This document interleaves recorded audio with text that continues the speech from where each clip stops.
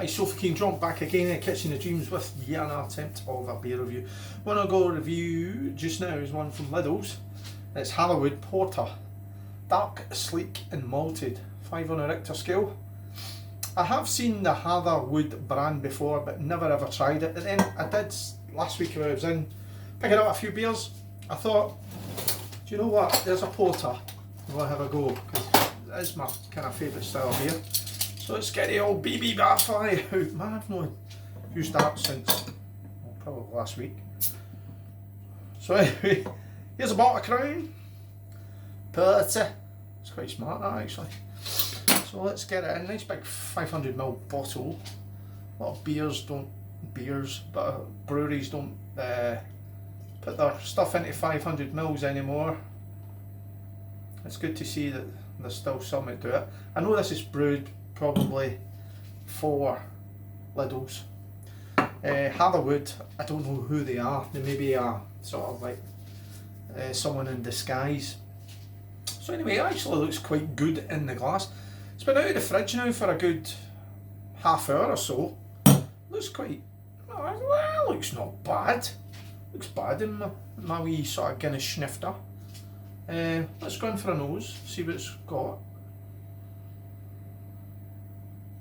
What's coming up to greet me right away is a lovely, lovely little smell of chocolate. A little bit light roast. Faint smell of vanilla. Actually doesn't smell that bad. 5% on the Richter scale. You can tell it's got a bit more strength in it than your normal stuff. Your 4s and under, well, your 5s and under porters. So anyway, Sofa King Drunk got a Hatherwood Porter. 5 on the Richter scale from LIDL's. Let's see what it's all about. Slangiva.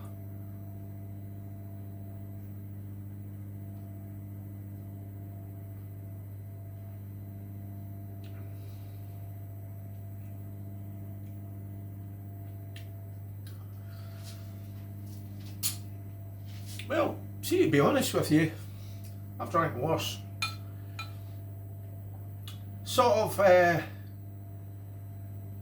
chocolate on the nose, but on the taste buds, very, very licorice.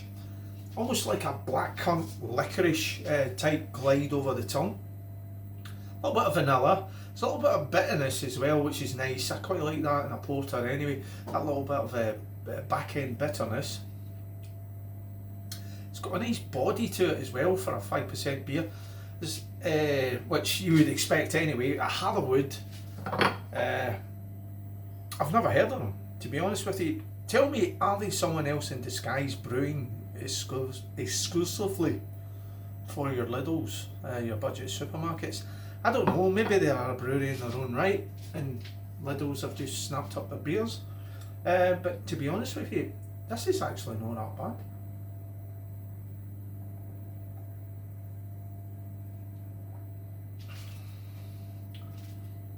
Yeah, it has got that sort of like licorice, almost like a blackcurrant. No, is it blackcurrant? Strong licorice taste to it anyway, which I don't actually mind, to tell you the truth. But that's actually quite good. Is it one I drink again? Yeah, I think it would be. I think it was actually quite reasonable. I can't remember what I paid for it, but it was pretty reasonable. It probably. Anywhere else in the UK you'll get it cheaper, now round about £1, but up in Scotland obviously we've got the extra that our Scottish government has slapped onto it, alcohol. So Hatherwood Porter, dark, sleek and malted. Yeah, very malted.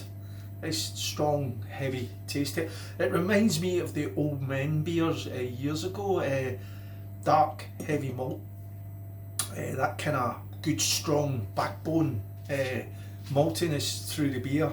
Old man's beer. This is one like your old man or your old grandfather or an old Sofa King Drunk would drink again. So anyway, is it one I drink again? Yes it is. So what am I going to give Hatherwood Porter? 5 on a Richter.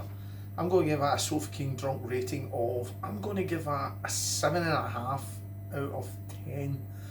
7.5 out of 10 from Sofa King Drunk. So if you've had the Hatherwood Porter before, you liked it, you didn't like it, drop a line below. And if you stuck along to the end of this video, Sofa King Drunk salutes you, and he'll hopefully catch you again in another beer review. Slangy Va, keep drinking the good. Try the budget beers, man. Sometimes you stumble across something decent for lower pennies. Ciao for now.